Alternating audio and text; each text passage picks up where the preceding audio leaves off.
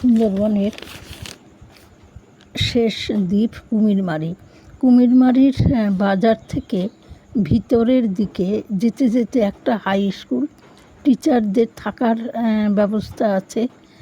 যারা অনেক দূর থেকে আসেন তারাই থাকেন।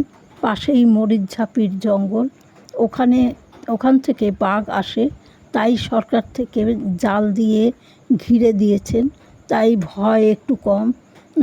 এক ঠাকুরমার বাড়ি এলাম। ঠাকুরমার স্বামী ছেলে মারা গেছেন। ঠাকুরমা ছাগল পোষেন আর সরকারি ভাতা পান, তাই দিয়ে তার সংসার চলে। আর এক মাসিমার বাড়ি এলাম।